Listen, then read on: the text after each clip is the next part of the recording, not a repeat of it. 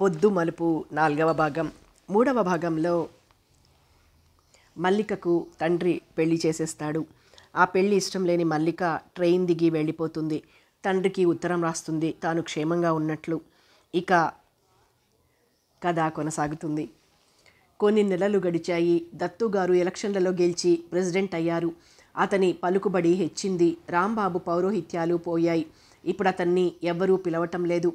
అన్ని చుట్టుపక్కల గ్రామాలలో సహా రాంబాబు పౌరోహిత్యమంతా శాస్త్రిపరమైంది. చిన్న కుర్రాడివైనా తెలివైన వాడివయ్యా అని శాస్త్రికి పెద్దపీట వేశారు దత్తుగారు. రాంబాబుకి రోజులు గడవటం కష్టమైపోతోంది. మతి స్థిమితం లేనివాడిలా చిన్నబాబు ఊళ్ళో 4 రోజులుంటే వారం రోజులు పట్నంలో గడిపేస్తున్నాడు. చిన్నబాబు ఇచ్చే 10 పరకా సాయంతో ఎంతకాలం రోజులు వెళ్ళదీయగలడు? రాంబాబుకి అది కాక కూతురు పరారి అయిపోవడం అయితేనేమి, దారిద్ర్యం వల్ల అయితేనేమి, పూలమ్మిన ఊళ్ళో కట్టెలమ్మవలసి వచ్చినట్లు ఒకప్పుడు వారి కుటుంబాన్ని పొగిడిన నోళ్లే ఇవాళ నిందిస్తుంటే, ఆ ఊళ్ళో జీవితమే దుర్భరమని తోస్తుంటే ఆరోగ్యం చెడగొట్టుకుంది. ఇంటి పనులు కూడా చేసుకోలేని స్థితికొచ్చింది భవానమ్మ. నువ్వు కోనేటికి నీళ్లకు వెళ్ళకు.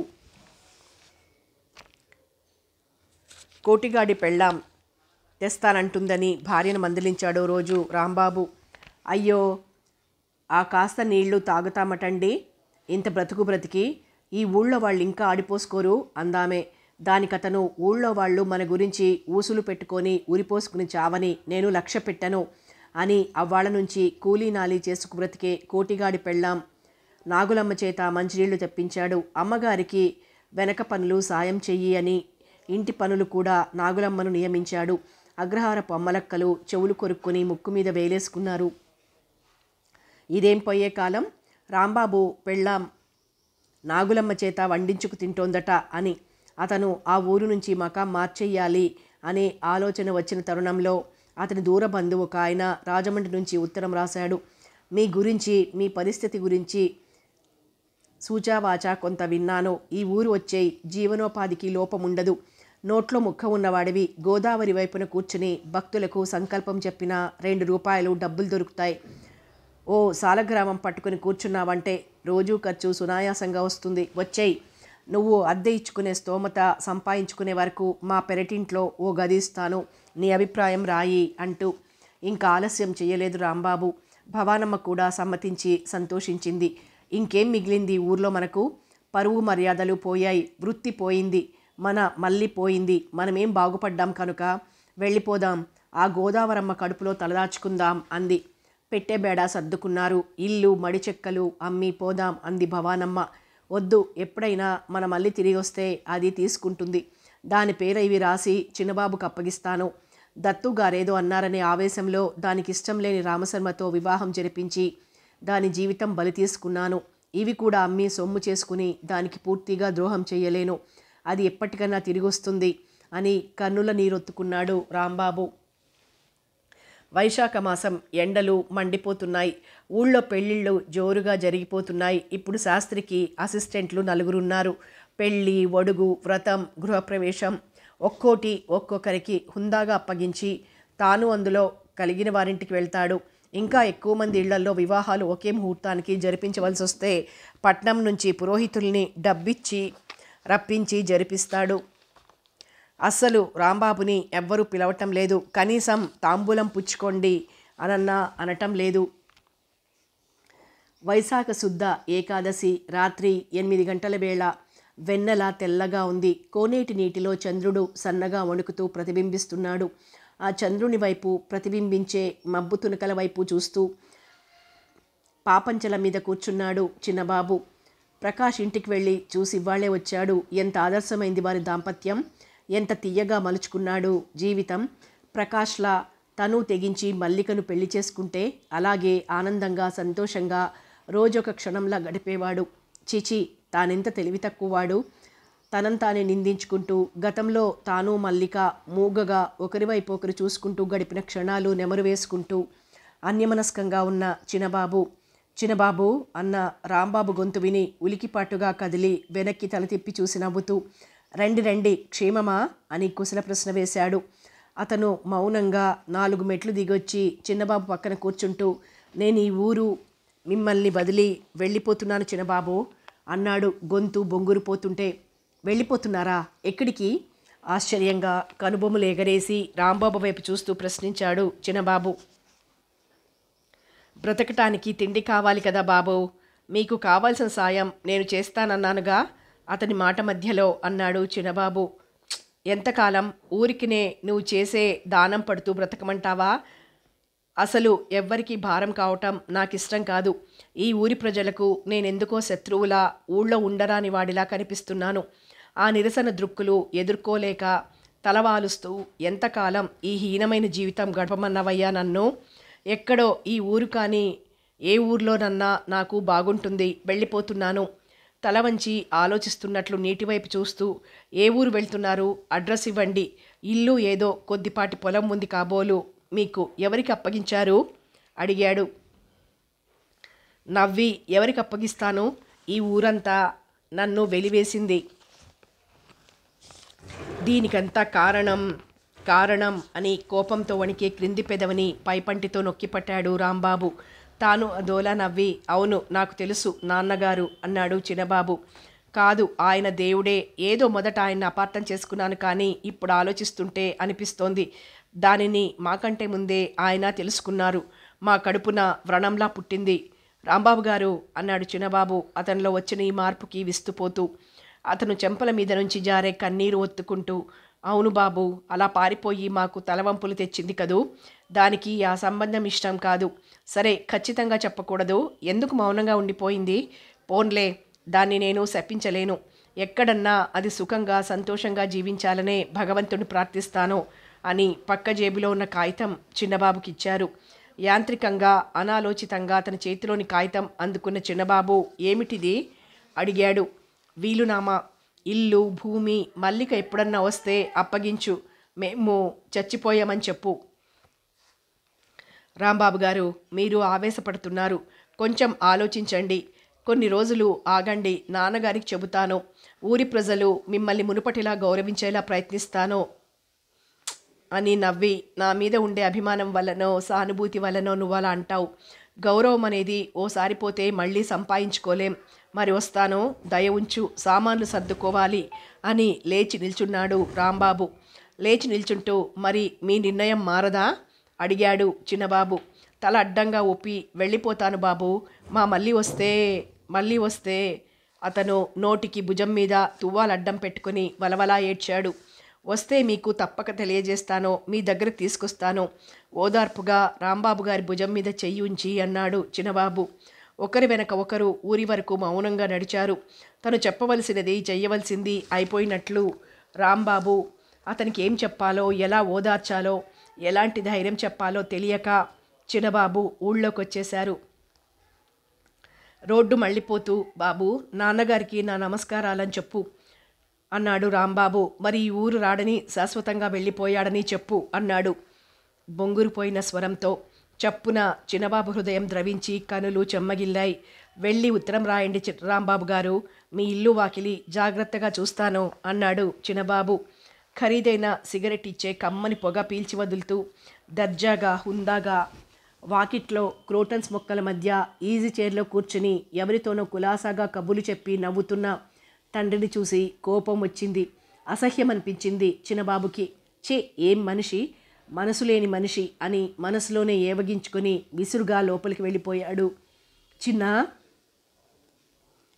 దత్తుగారి గొంతు ఖంగున వినిపించింది. నెమ్మదిగా బయటకొచ్చాడు చిన్నబాబు. రా, ఇలా రా అన్నారు దత్తు. మరి 4 అడుగులు ముందుకు వేశాడు చిన్నబాబు. ఆయనకి నమస్కరించు. ఎవరో తెలుసా అన్నారు దత్తు ఖరీదైన సూట్లో ఉన్న ఓ 50 దాటిన వ్యక్తిని చూపిస్తూ. చేతులు జోడించి నమస్తే అని ఇతన్ని ఎక్కడో చూసినట్లున్నాను అనుకున్నాడు చిన్నబాబు. తల వంచి తెలియదు అన్నట్లు నవ్వేస్తూ, రా, ఇలా కూర్చో. నీ కాబోయే మామగారు శకుంతల తండ్రి అన్నారు దత్తు. పక్కన బాంబు పేలినట్లు తుళ్ళిపడ్డాడు చిన్నబాబు. వెంటనే సర్దుకొని ముఖం కడుక్కోవాలి, స్నానం చేయాలి నాన్న అన్నాడు. ఆ గొంతులో కంగారు, తడబాటు. సరే, వెళ్ళిరా. చూశారుగా అబ్బాయిని, చదివాడే గాని ఇప్పటి కాలపు కుర్రాళ్ళ వేషభాషలు గిట్టవు అని మరో సిగరెట్ ముట్టించారు దత్తు. అవతలతను సంతోషంగా నవ్వాడు. ఏమిటమ్మా నాన్న అలా అంటారు? ఎవరిని అడిగి ఆ శకుంతల సంబంధం నిర్ణయం చేశారమ్మా? సరాసరి బంధువులకు విందు ఏర్పాట్లు చేస్తున్న కమలమ్మ దగ్గరకు వస్తూ అడిగాడు చిన్నబాబు. వంట పొయ్యి దగ్గరున్న తాయారమ్మ గిన్నెలు బోర్లిస్తున్న అప్పలమ్మ, పాలముంత గడపలో పెడుతున్న వెంకన్న ఒకేసారి సుడిగాలిలా వచ్చిన చిన్నబాబు వైపు చూశారు. ష్, పద నీ గదికొస్తాను అంది కమలమ్మ. ముందు చిన్నబాబు, వెనక కమలమ్మ పడమటి వైపునున్న చిన్నబాబు గది వైపు నడిచారు. గదిలోకి వస్తూనే కర్టెన్ సర్ది, చిన్న అలా నోరు చేసుకోవచ్చా అంది కమలమ్మ.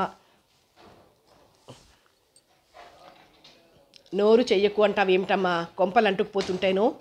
మరి నిల్చోవటానికి శక్తి లేనివాడిలా మంచం మీద చతికిలబడ్డాడు చిన్నబాబు. అతని పక్కన కూర్చొని అతని తల వీపు చేత్తో నిమురుతూ, అసలే నాన్నగారు మనసు పాడు చేసుకున్నారు. ఆస్తులు పంచమని, తన వాటా తనకివ్వమని అన్నయ్య పేచి పెట్టి ఆయనకు చికాకు పెట్టేస్తున్నాడు. నిన్న రాత్రి నాన్నగారికి గుండెల్లో కొంచెం నొప్పి వచ్చిందన్నారు. ఆచారి గారు ఆవేశం, ఉద్రేకం పనికిరావన్నారట. ఆయన ఆరోగ్యం కాపాడటం మన కర్తవ్యం కదూ. అన్నయ్య నాన్నగారి మీద ఎలానూ కత్తి కట్టాడు. నువ్వు ఆయన హృదయాన్ని గాయపరుస్తావా? నాన్నగారికి నువ్వంటే ప్రాణం. నువ్వు ఎదిరిస్తే ఆయన మనస్సు విలవిలా తన్నుకోదు. సహించగలరా? తీయని మాటలతో ఒక్కో బంధం వేస్తూ, శకుంతలకు ఏం తక్కువైందని? అందం, చదువు అన్నీ ఉన్నాయి.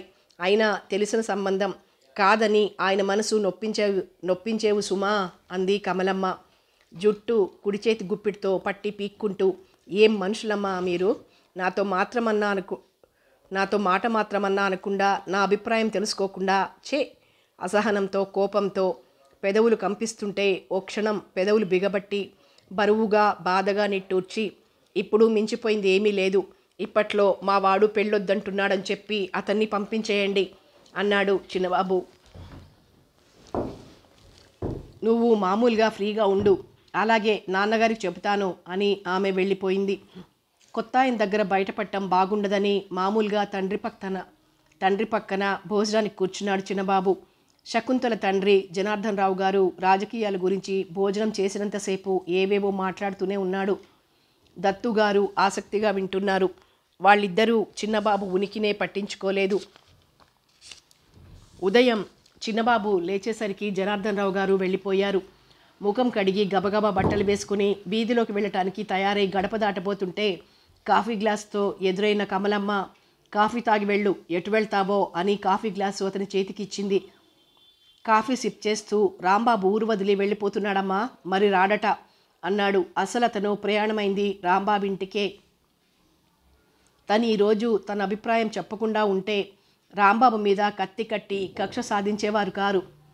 వారి కుటుంబం ఇలాంటి స్థితికి దిగజారటానికి, నవ్వుల పాలు కావటానికి తను తన తండ్రి కారకులు. అతని హృదయం పశ్చాత్తాపంతో కృంగిపోతోంది. తాను ఎలాంటి సహాయం రాంబాబు గారికి చేస్తే ఆ పాపం పరిహారం అవుతుంది? అతనికి పూర్వస్థితి కల్పించగలడా? పోయిన గౌరవ మర్యాదలు మళ్ళీ వారికి సమకూర్చగలడా? మల్లిక జీవితం మీద మచ్చ తుడి చేయగలడా? మల్లిక, అసలు ఈ దుష్టుడి కంట ఎందుకు పడ్డావు అని తనను తానే 10 సార్లు నిందించుకుంటున్నాడు. అవును, విన్నాను అంది కమలమ్మ లోతు స్వరంతో.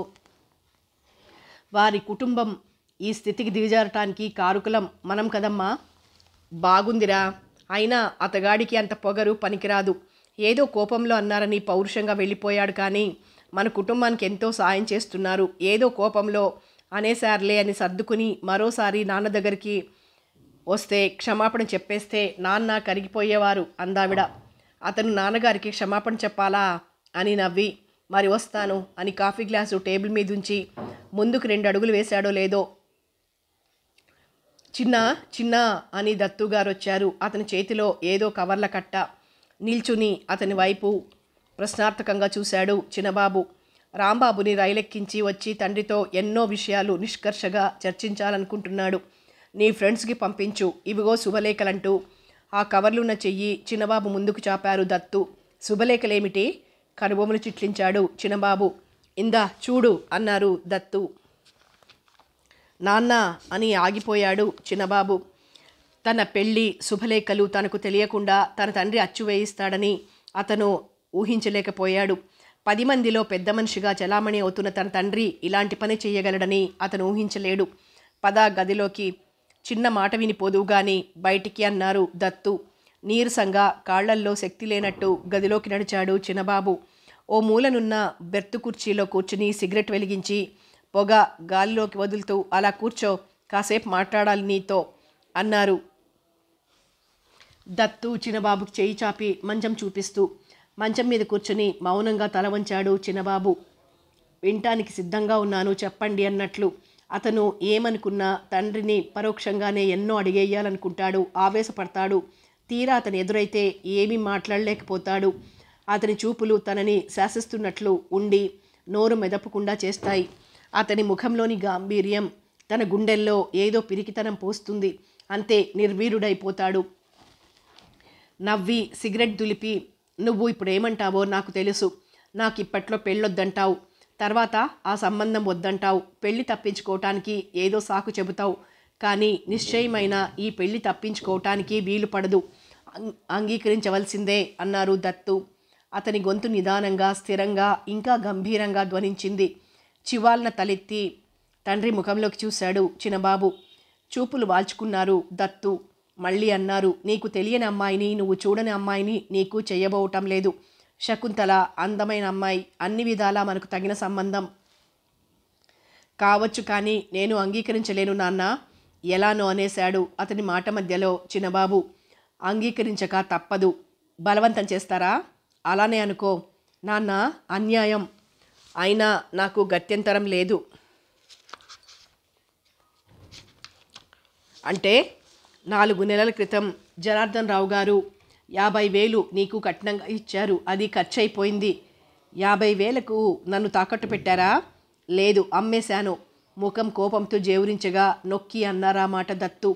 ఆలోచించండి నాన్న, నేను పశువుని కాదు, మనసున్న మనిషిని. నాకు ఆస్తి వాటా వద్దు. అమ్మి అతనికి ఆ డబ్బిచ్చేయండి. పెళ్లి క్యాన్సిల్ చేయండి. శుభలేఖలు చించి పారేయండి ప్లీజ్. నోర్ముయ్, వీలు పడదు అని చెప్పానా? అమ్మటానికి ఆస్తులేమీ మిగలవు నాన్న.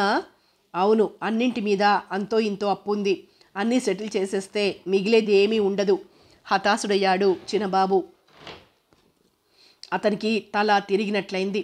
ఇల్లు, పంట పొలాలు, తోట, రైతులు, పనివారు, ఈ వేషం నిజమా? లోతు స్వరంతో ప్రశ్నించాడు. ఇప్పుడు నేను చెప్పింది మాత్రం అబద్ధం కాదు. మన ఆస్తులన్నీ తాకట్లోనే ఉన్నాయి. అయితే వడ్డీకి స్వాధీన సంతకాలు కావు. నువ్వు ససేమిరా ఈ పెళ్లి కాదంటే నేను ఆత్మహత్య చేసుకుంటాను. కానీ ఆస్తులు పోగొట్టుకుని రాంబాబులా జోలి కట్టి ఊరు వదిలిపోను. పుట్టి బుద్ధి తెలిసిన దగ్గర నుంచి నేను దర్జాగా బ్రతుకుతున్నాను. నా జీవితం ఇలా వెళ్ళవలసిందే. 2 నిమిషాలు వారిద్దరి మధ్య భరించరాని నిశ్శబ్దం. నువ్వు ఆలోచించు, చిన్న కుర్రవాడివి కాదు. చెప్పాను కదా పరిస్థితి. ఈ విషయంలో నీ ఇష్టానికి వ్యతిరేకంగా నిర్ణయం తీసుకున్నందుకు మన్నించు చిన్న. నేనెప్పుడు నువ్వు కోరింది కాదనలేదు. నాది ఒక్క కోరికే. ఇవిగో శుభలేఖలు, స్నేహితులకు రాయి అని ఒడిలో ఉన్న కవర్ల కట్ట టేబుల్ మీదకి విసిరి లేచి వెళ్ళిపోయారు దత్తు. నువ్వు ఈ పెళ్లికి అంగీకరించకపోతే ఆత్మహత్య చేసుకుంటాను. నేనెప్పుడు నువ్వు కోరింది కాదనలేదు. తండ్రి మాటలు చెవుల్లో గింగురమంటున్నాయి. మంచం మీద బోర్లా పడుకున్నాడు చిన్నబాబు. తానిప్పుడేం చెయ్యాలి? ఈ పెళ్ళి ఎలా తప్పించుకోవాలి? అతనికెందుకో తనపై తనకే జాలి వేసింది, దుఃఖం వచ్చింది. టైం ఎంతైందో అతనికి తెలియదు. పిరికితనంలో చెయ్యి దాటిపోయిన మల్లిక, మెడకి చుట్టుకుంటున్న శకుంతల. చిన్న, ఏమిటిది? చిచి, ఏడుస్తున్నావా?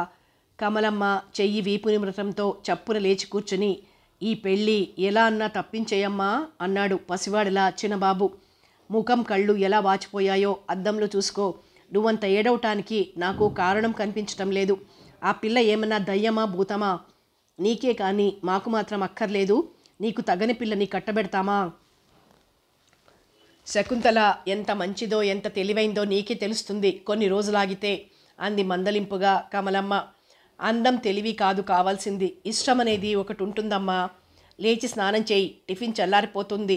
అతని మాట వినిపించినట్లా అవతలికి వెళ్ళిపోయింది ఆవిడ. అక్కడి నుంచి కచేరీ సాఫిట్లో కూర్చొని మౌనంగా శూన్యంలోకి చూస్తున్న భర్త దగ్గరకు వెళ్ళి, ఏవండి పిలిచింది నెమ్మదిగా. అతని పెదవుల మీద చిరునవ్వు కదులుతుంటే ప్రశ్నార్థకంగా ఆమె వైపు చూశాడు. చిన్న ఏడుస్తున్నట్లున్నాడు. వాడికి అమ్మ ఇష్టం కాదట, పోనీ అని అతని వైపు చూసింది కమలమ్మ. వాడో నేనో ఏడవాలి, ఇప్పుడు అన్నీ నిశ్చయమైపోయాయి. శుభలేఖలు వచ్చైన తర్వాత పెళ్ళాగిపోతే అటు వాళ్ళకి మనకి కూడా తలవంపులే. నువ్వేమీ మాట్లాడకు, నేను చూసుకుంటాను, వాడే సర్దుకుంటాడు, కంగారు పడకు అన్నారు దత్తు. ఏమిటో అని గొణుక్కుంటూ అక్కడి నుంచి వెళ్ళిపోయిందావిడ. అతని మనసు స్థిమితంగా లేదు. కొడుక్కి సంబంధం కుదుర్చుకొని కొంతవరకు డబ్బు సమస్య పరిష్కారం చేసుకున్నాడు. కానీ కొడుక్కి ఇష్టం లేని పెళ్లి బలవంతాన ఒప్పించి చెయ్యటానికి పూనుకున్నాడు. కొడుక్కి తన మీద ఉండే భక్తి గౌరవాలు దీనితో తుడిచిపెట్టుకుపోతాయి. డబ్బు రాజకీయాల్లో పడి దుబారా చేశానని, ఆస్తులు తాకట్టు పెట్టానని పెద్ద కొడుకు ముఖం ముడుచుకుంటున్నాడు. నాకేమొస్తుందో పారేయండి అని ఉత్తరాలు రాశాడు. మమ్మల్ని ఇంకా పకీర్లను చేయకండి, ఆస్తులు మిగల్చకపోతే పోయే, అప్పులు మాత్రం నెత్తిన రుద్దవద్దు అని కూడా అనటానికి అతను జంకలేదు. తానెంతో అభిమానంతో చూడటానికి వెళ్తే అతని మాట విని ఇద్దరు కొడుకులకి దూరమై తను ఒంటరివాడైపోతున్నాడు. అతని మనసు వికలంగా ఉంది. మొండిగా తనకి తానే ధైర్యం చెప్పుకొని మనస్సు చిక్కబట్టుకోవటానికి ప్రయత్నిస్తున్నాడు. డ్రాయర్ సొరుగులోంచి కొన్ని శుభలేఖలు తీసుకుని అడ్రస్సులు రాసి వెంకా నౌకర్ని పిలిచారు దత్తు. చిత్తం బాబయ్య, ఏమిటి సెలవు? వచ్చాడు వెంకడు. ఈ శుభలేఖలు పోస్ట్లో వెయ్యి, చిన్నబాబుకు వినిపించేలా గొంతు పెద్ద చేసి చెప్పారు దత్తు. ఆ మాట చెవిన పడటంతో చివాలన లేచి తండ్రి కూర్చున్న కచేరీ సావిట్లోకి వచ్చాడు చిన్నబాబు. ఆ ఊర్లో వారి ఇల్లో పెద్ద భవంతి. దత్తు గారి దర్జాకి తగినట్లుగానే పెద్ద కాంపౌండ్ వాల్ మధ్యన అందంగా నిల్చున్న మేడ ఇల్లు. శుభలేఖలు పోస్ట్ చెయ్యొద్దు నాన్న అన్నాడు చిన్నబాబు. కవర్ల బొత్తి పట్టుకున్న వెంకడు నిల్చుండిపోయాడు. వెళ్ళబోయేవాడల్లా చురుగ్గా చూశారు దత్తు చిన్నబాబు వైపు. 4 రోజులు ఆపండి, నేను బరంపురం వెళ్ళొస్తానన్నాడు చిన్నబాబు. అతని చూపులు ఎదుర్కోలేనట్లు చూపులు వాల్చేస్తూ. సరే వెంక, కవర్లు డ్రాయర్ మీదుంచి నువ్వెళ్ళు అన్నారు దత్తు గంభీర స్వరంతో. చివాలున వెనుదిరిగి మళ్ళీ తన గదిలోకి వెళ్ళి బ్యాగ్లో 2 జతలు బట్టలేసుకుని ప్రయాణమైనాడు చిన్నబాబు. స్నానం టిఫిన్ చేసి మధ్యాహ్నం వెళ్ళు. కమలమ్మ మాటలు వినిపించుకోలేదు. బండి తెస్తానుండండి బాబు అన్నాడు వెంకడు. ఆ ఊరికి 2 మైళ్ళ దూరంలో ఉంది బస్సు రోడ్డు. వద్దు, నడిచి వెళ్ళిపోతాను అన్నాడు చిన్నబాబు. బ్యాగ్ ఇలా ఇవ్వండి బాబు అని అతను ఎంత వద్దన్నా వెంటపడ్డాడు వెంకడు. చిన్న, ఎల్లుండి నేను శుభలేఖలు పోస్ట్ చేస్తాను చెప్పారు దత్తు. రేపు సాయంత్రానికి బహుశా రావటం పడదు అన్నాడు చిన్నబాబు వెనుతిరిగి తండ్రి వైపు చూడకుండానే. మరెప్పుడొస్తావు? నేనొచ్చాక పోస్ట్ చేద్దురు కానీ అని మరి దత్తుగారు మాట్లాడడానికి అవకాశం ఇవ్వకుండా నిలవకుండా పెద్ద పెద్ద అంగలేసుకుంటూ వీధి గేటు దాటిపోయాడు చిన్నబాబు. ఏమిటి, స్వయంగా పెళ్ళికి పిలవటానికి వచ్చావా? నవ్వుతూ పలకరించింది శ్యామలమ్మ చిన్నబాబుని చూసి. అప్పటికి జవాబుగా నవ్వి ఊరుకొని స్నానం కాఫీ టిఫిన్ అయ్యాక అత్తయ్య 2 నిమిషాలు నీతో మాట్లాడాలి అన్నాడు చిన్నబాబు.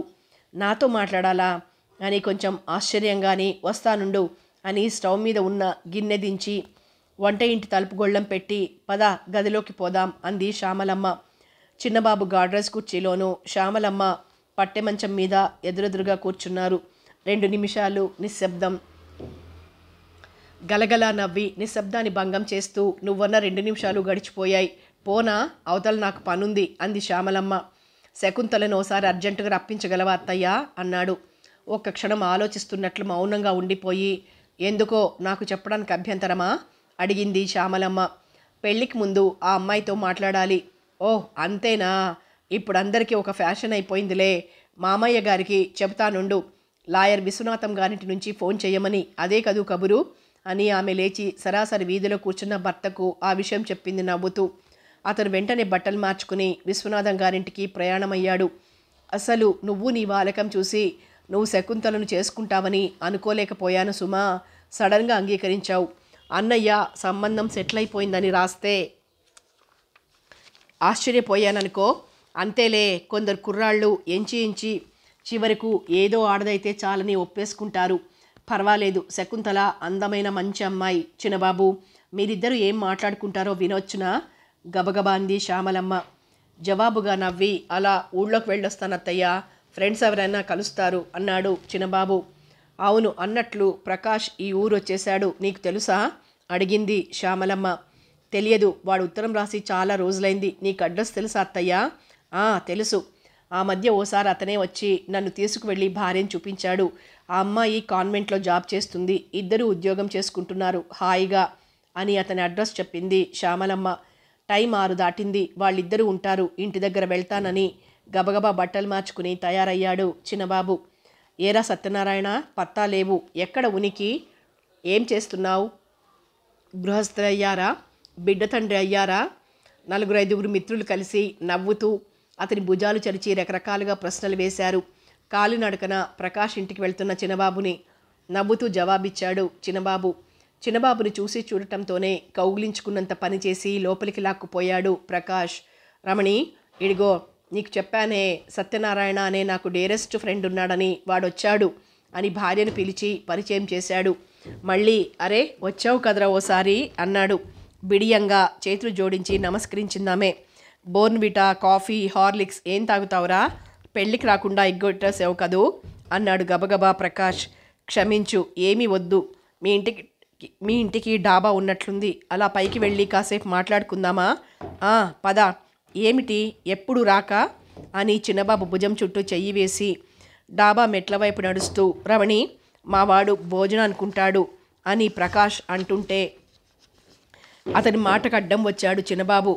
వద్దు, అత్తయ్య ఊరుకోదు, ప్లీజ్, ఉంటే రేపు రాత్రి వస్తాను అన్నాడు. ఓకే, రేపు తప్పక రావాలి. మా రమణి వంట బ్రహ్మాండంగా చేస్తుందిలే. రమణి 5-6 నిమిషాలు పోయాక 2 కప్పులు బ్రూ కాఫీ పంపించంటూ డాబా మెట్లెక్కాడు ప్రకాష్. బ్రదర్ చెప్పు, ఏమిటి సంగతి? హఠాత్తుగా ఊడిపడ్డావు. విశేషం ఏమన్నా ఉందా? పెళ్లి చూపులు గట్రా నవ్వుతూ అన్నాడు ప్రకాష్ డాబా మీద ఆరవేసి ఉన్న దుప్పటి పరిచి కూర్చుంటూ. తండ్రితో తన అభిప్రాయం చెప్పటం, తండ్రి రాంబాబుని నిందించటం, ఇప్పుడు సంబంధం నిశ్చయం చేయటం అన్నీ నెమ్మదిగా చెప్పాడు చిన్నబాబు. ఆసక్తిగా శ్రద్ధగా విన్నాడు ప్రకాష్. ఇంతలో బ్రూ కాఫీ పనిపిల్ల తెచ్చింది. ఇద్దరూ మౌనంగా కాఫీ తాగారు.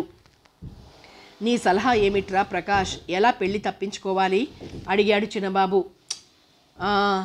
తన విచారం వ్యక్తపరిచి కుడి చేతి వేళ్లతో క్రాఫు వెనక్కి తోసుకుంటూ, గట్టి చిక్కులో పడ్డావే, ఇంతకీ శకుంతల ఆ అమ్మాయి నీకెందుకు ఇష్టం కాదు అడిగాడు ప్రకాష్. ఏమిటో నా మనసుకి మల్లికే నచ్చింది అన్నాడు చిన్నబాబు. చిన్నబాబు జబ్బ మీద చేత్తో చరిచి చిన్న శబ్దమయ్యేలా నవ్వి, ఇక మల్లిక గురించి ఆలోచించకు పిచ్చిగా, చేయి జారిపోయింది ఆ అవకాశం. ప్రస్తుత పరిస్థితి శకుంతల గురించి ఆలోచించు అన్నాడు ప్రకాష్. అంతేనంటావా అన్నాడు చిన్నబాబు. అంతే, పరిస్థితులతో రాజీ పడిపో అబ్బాయి. శకుంతల అందంగానే ఉంటుందన్నావు. భార్య అయిపోయిన తర్వాత ప్రేమ అదే వస్తుంది ఆటోమేటిక్గా. నాది అనే వస్తువు మీద కానీ వ్యక్తి మీద కానీ మమకారం మనిషన్నవాడికి విధిగా వస్తుంది. పెళ్ళి తప్పించుకునే మార్గం చెప్పరా అంటే ఇదా నీ సలహా? నవ్వబోయాడు చిన్నబాబు. మీ నాన్న ఆత్మహత్య చేసుకోవటం, నువ్వు మీ కుటుంబం చిక్కుల్లో పడటం నేను అంగీకరించలేను. అబ్బాయ్, కొందరిని అదృష్టం వరిస్తుంది, కొందరు అదృష్టాన్ని వెతికి కృషి చేసి అందుకుంటారు. రెండింటికి నోచని దురదృష్టవంతులుంటారు. పిచ్చి పిచ్చిగా పారిపోయిన మల్లిక కోసం విచారించకు. ఎంచక్కా పెళ్లి చేసుకో. ఆ అమ్మాయిని పిలిపిస్తున్నావు కాబోలు. మీ హాబీస్ ఏమిటి? పాటలొచ్చా, వంట వచ్చా అని సరదా కబుర్లు అడిగి పంపించేసాయి. శుభలేఖలు మీరు పోస్ట్ చేయకపోవచ్చు, కానీ వాళ్ళు పోస్ట్ చేసి ఉంటారు. అందరినీ పిలిచుంటారు. ఏది, శుభలేఖ తెచ్చావా నవ్వుతూ అడిగాడు ప్రకాష్. పెళ్లి నిశ్చయమైతే పంపిస్తాన్లే, మరి వెళ్తాన్రా, అత్తయ్య ఎదురు చూస్తుంటుంది అని లేచాడు చిన్నబాబు. అతనితో రోడ్డు వరకు నడిచాడు ప్రకాష్ సలహా నచ్చలేదు చిన్నబాబుకి. వీడేమో వీడికి నచ్చిన మేనమామ కూతుర్ని తల్లిదండ్రులు ఎదిరించి పెళ్లి చేసుకున్నాడు. నన్ను జీవితంతో పరిస్థితులతో రాజీ పడమని సలహా ఇస్తున్నాడు. ప్రకాష్ మీదున్న మంచి అభిప్రాయం తొలగిపోయిందా క్షణంతో. రేపు శకుంతలతో ఖచ్చితంగా చెబుతాడు ఈ పెళ్ళి తనకిష్టం లేదని. అన్యమనస్కంగానే ఇల్లు చేరాడు చిన్నబాబు. భోజనాలు చేస్తున్నప్పుడు చెప్పాడు శ్యామలమ్మ భర్త శివరావు గారు శకుంతల రేపు ఉదయం 8 గంటలకు వస్తుంది అని. ఫోన్ ఎవరెత్తారు? మీరేం చెప్పారు? భర్తను ఏమేమో ప్రశ్నిస్తోంది శ్యామలమ్మ. అతనేదో చెబుతున్నాడు, అవేమీ వినిపించడం లేదు స్పష్టంగా చిన్నబాబుకి. రేపు తను శకుంతలకు చెప్పబోయే విషయాల గురించి ఆలోచనలు సాగుతున్నాయి. ఆ రాత్రి అతనికి సరిగ్గా నిద్ర పట్టలేదు. ఉదయం లేచి కాఫీ, స్నానం, టిఫిను తొందరగానే కానిచ్చి డ్రెస్ చేసుకుని తయారై తను పడుకున్న గదిలో కుర్చీలో పుస్తకం తిరిగేస్తూ కూర్చున్నాడు. పుస్తకంలోని పంక్తులపై అతని చూపులు నిలవటం లేదు. అసలు అతను చదవటం లేదు, చదువుతున్నట్లు నటిస్తున్నాడు. అతని గుండె వేగంగా కొట్టుకుంటోంది. ఏదో గాబరాగా ఉంది. పిన్ని, సత్యనారాయణ వచ్చారా? శకుంతల గొంతు వినిపించి ఉలికిపాటుగా కదిలి మళ్ళీ సర్దుకొని కూర్చున్నాడు చిన్నబాబు. అటు నుంచి వచ్చే సంభాషణ వైపు అతను చెవులు రిక్కించాడు. రా, నీకోసమే చూస్తున్నాను. వచ్చాడు, నీతో ఏదో మాట్లాడతాడు కాబోలు నవ్వుతూ అంటోంది శ్యామలమ్మ. పో పిన్ని, ఏమిటి మాటలు? సిగ్గుపడింది శకుంతల. మధ్య నేను పోవటం ఎందుకమ్మా? ఉత్తనే సిగ్గు అభినయిస్తున్నావు, కానీ నీకు మాత్రం అతనితో మాట్లాడాలని లేదు. ఇందా కాఫీ తీసుకో. 5 గంటలు ట్రైన్లోనే కదూ బయలుదేరావు, స్నానం చేస్తావా? శ్యామలమ్మ గొంతు. స్నానం అయింది పిన్ని, గంట లేటు ట్రైను. కాఫీ కూడా తాగే వచ్చాను. మీకు తెలుసు కదా నేను ఇన్నిసార్లు కాఫీ తాగనని. తర్వాత కొంచెం పాలు తీసుకుంటాను అంది శకుంతల. తర్వాత అటు ఇటు నడుస్తున్నట్లు అడుగుల సవ్వడి. 5-6 నిమిషాలు మాటలు వినిపించలేదు. తర్వాత బాత్రూమ్ నుంచి శివరావు గారు వచ్చి శకుంతలను పలకరించటం వినిపించింది. ఏమ్మా వచ్చావా? నాన్న రాలేదు అని పలకరింపులో ప్రశ్న జోడిస్తూ అడిగారు. లేదు, నాన్న ఊళ్ళో లేరు శకుంతల అంది. అవును, ముహూర్తం దగ్గర పడింది. డబ్బు దశకం చూసుకోవాలి, అన్నీ సమకూర్చుకోవాలి అని దగ్గి నవ్వి చెప్పు మీ అల్లుడికి. అమ్మాయి నచ్చిందని ఏం మాట్లాడతాడో. మళ్ళీ వాళ్ళ వెళ్ళిపోవాలని తొందరపడుతున్నట్లున్నాడు అన్నారాయన. తను నిన్నన్నాడు రేపు వెళ్ళిపోవాలి అని. ఇక అత్తయ్య వెనక శకుంతల వస్తారు గదిలోకి. తన అమ్మాయితో మాట్లాడవలసిన మాటల క్రమం ఒక పద్ధతిలో ఒక ప్రశ్న తర్వాత మరో ప్రశ్న పేర్చుకుంటూ ఆలోచనలు సాగించాడు. కానీ ఇప్పుడు ముందుగా ఎలా ఏమిటి మాట్లాడాలో తోచటం లేదు. ప్రశ్నల పట్టిక గాబరాలో మరుగున పడిపోయింది. అమ్మాయిలకే కాదు అబ్బాయిలకి సిగ్గుంటుంది. తనకు భార్య కాబోయే అమ్మాయితో మాట్లాడడానికి అనుకుని నవ్వుకున్నాడు చిన్నబాబు. చిన్న, శ్యామలమ్మ గొంతు. తుళ్ళి పడ్డట్లు కదిలి పుస్తకం మడిచి టేబుల్ మీదకి విసిరి తడబాటుగా లేచి నిల్చుని ద్వారం దగ్గర నిల్చున్న శ్యామలమ్మ వైపు చూశాడు చిన్నబాబు. ఏమిట్రా ఆడపిల్లలా అలా కంగారు పడతావు అని నవ్వి శకుంతల వచ్చింది అని అతని ముఖంలోకి చూసింది శ్యామలమ్మ. అతను మౌనంగా తలవంచాడు. నవ్వుతూ వస్తుంది, ఏం మాట్లాడతావో మాట్లాడు అని ఆమె వెళ్ళిపోయింది. మళ్ళీ కుర్చీలో చతికిలబడి కూర్చున్నాడు చిన్నబాబు. ముఖానికి పౌడర్ అద్దుకుంటూ డ్రెస్సింగ్ టేబుల్ ముందు కుర్చీలో కూర్చున్న శకుంతల తలలో ఒక ఎర్ర గులాబీ, ఒక పచ్చ గులాబీ, తెల్ల గులాబీ 3 పూలు గుత్తిగా కట్టి తురిమి చూసుకో బాగుందా అడిగింది శ్యామలమ్మ. ఎడం చేత్తో పూలు తడిమి చూసుకుని తల పక్కకు తిప్పి అద్దంలో పూల ప్రతిబింబం చూసుకుని బాగున్నాయిలే అంది శకుంతల. తూర్పు గదిలో ఉన్నాడు చిన్నబాబు. వెళ్తావా అడిగింది శ్యామలమ్మ. నువ్వు రా పిన్ని, అక్కడ కూర్చో. నాకేమిటో భలే సిగ్గుగా ఉంది బాబు గారంగా బుంగమూతి పెట్టింది శకుంతల.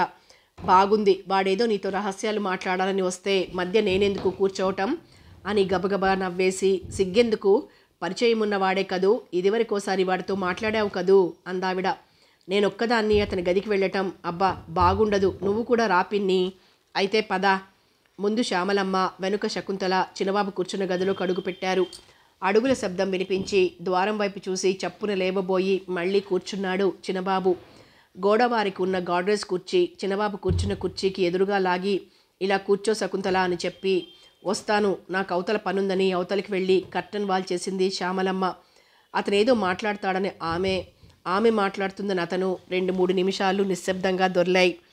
శకుంతలతో ఖచ్చితంగా ఎన్నో చెప్పాలనుకున్న చిన్నబాబు పెదవులు విడటం లేదు. ఏం మాట్లాడాలో తోచటం లేదు. తానుత్త పిరికివాడు. మరోసారి తనను తాను నిందించుకున్నాడు చిన్నబాబు. మీరు నిన్న సాయంత్రం వచ్చారా? శకుంతల ప్రశ్నించింది. అవును, మామయ్య ఫోను మీకెన్ని గంటలకు అందింది అడిగాడు ఆమె ముఖంలోకోసారి చూసి. ఆమె చూపుల్ని తన చూపులు కలవగానే చప్పున ముఖం పక్కకు తిప్పేసుకుంటూ, టైం గుర్తుపెట్టుకోలేదు, 8 అయ్యిందనుకుంటాను.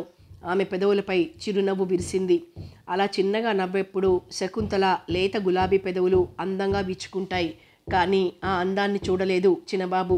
మరి 2 నిమిషాలు నిశ్శబ్దంగా దొర్లాయి. ఈ పెళ్ళి ఆపగలరా అడిగాడు చిన్నబాబు. ఆ ప్రశ్నకు అదిరిపడినట్లయి అతనేమన్నాడో తన చెవులను తానే నమ్మలేనట్లయి తెల్లబోయి కలవరపడి మళ్ళీ వెంటనే సర్దుకొని, ఏమంటున్నారు అడిగింది తాపీగా శకుంతల. ఈ పెళ్ళి నాకిష్టం లేదు. శుభలేఖలు అచ్చు వేయించి నాన్నగారి నిర్ణయం చేసినట్లు నాకు చెప్పారు. సారీ, ఏదో అయిపోయింది. నా పాటి భర్త మీకు లభ్యం కాకపోడు. మీ నాన్నగారి దగ్గర మా నాన్నగారు తీసుకున్న డబ్బు వాయిదాల్లో వాపసు చేస్తాం. తల వంచి నేల చూపులు చూస్తూ నెమ్మదిగా ఒక్కో మాట అని తలెత్తి ఆమె ముఖంలోకి చూశాడు చిన్నబాబు. ఆమె ముఖం వెలవెలబోతూ కళ తప్పి చిన్నబోయినట్లు గ్రహించాడు. మీకు బాధ కలిగించి ఉంటే క్షమించండి మళ్ళీ అన్నాడు చిన్నబాబు. బాధ అని నిరసనగా నవ్వి, చూడండి సత్యనారాయణ గారు, శుభలేఖలు వచ్చాయి, అవి పోస్ట్ అయిపోయి అందరికీ ఆహ్వానాలు అందే వరకు వచ్చిన పెళ్ళి ఆగిపోవటం అంటే సామాన్య విషయం కాదు. మీకేం మగవారు, మీకు పెళ్ళైపోతుంది. కానీ నా జీవితం మీద మచ్చపడుతుంది. నాకు పెళ్ళయ్యే అవకాశాలు తక్కువ. ఒకవేళ అయినా నా భర్తగా వచ్చిన తను నీకు నిశ్చయమైన పెళ్ళి ఎందుకు ఆగిపోయింది అనే ప్రశ్నకు జరిగిన నిజం చెప్పి అతన్ని నమ్మించలేను. ఈ అమ్మాయికి పీటల వరకు వచ్చిన పెళ్ళి ఆగిపోయిందని అమ్మలక్కలు రకరకాల కథలల్లి ప్రచారం చేస్తారు. ఈ పెళ్ళి జరగాల్సిందే. కంపన స్వరంతో గబగబా అని చివాలున లేచి నిల్చుంది శకుంతల. ఆమె వెళ్ళిపోతుందనే ఆతృత, తానింకా ఏదో చెప్పబోయేది మిగిలిపోయిందని గాబరా. ఆమె పేరు ఉచ్చరించాడు చిన్నబాబు. ఆమె ముఖం ఎర్రవారింది. కనురెప్పలు తడిసి పెదవులు సన్నగా వణుకుతూ ఆమెలోని ఆనందం అంతా తుడిచిపెట్టుకుపోయి, ఉత్సాహమంతా చచ్చిపోయి, ఏదో అగాధంలో జీవితమంతా జారిపోతున్నట్లు హృదయం తీవ్రంగా కంపిస్తుంటే తడి కనులతో తన వైపు చూసిన శకుంతలను ఓసారి చూసి, సారీ మిమ్మల్ని బాధించాను అన్నాడు చిన్నబాబు. మళ్ళీ ఆమె వెళ్ళబోయింది. శకుంతల, చిన్నబాబు పిలుపు ఆమెను ఆపింది. అతని పెదవులు దాటి అతని గొంతులోంచి వచ్చిన శకుంతల అనే పిలుపు ఆమె చెవులకెంతో ఇంపుగా, మనసుకు మధురంగా తీయగా వినిపించింది. అంతలోనే సిగ్గుతో ఆమె కనురెప్పలు వాలిపోయాయి. 5 నిమిషాలు కూర్చోండి. మళ్ళీ కూర్చుంది శకుంతల.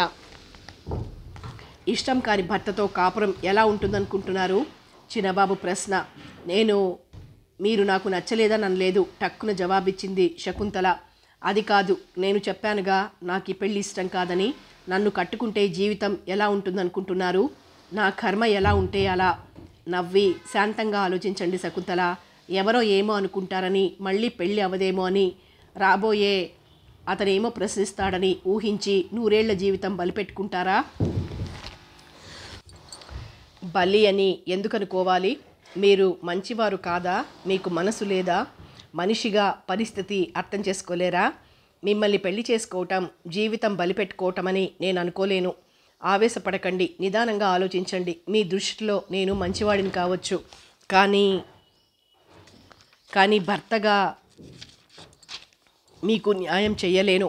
ముందుగానే చెప్పటం మంచిది, తర్వాత రభస చేయటం, నవ్వుల పాలు కావటం మంచిది కాదు. అర్థమైందనుకుంటాను.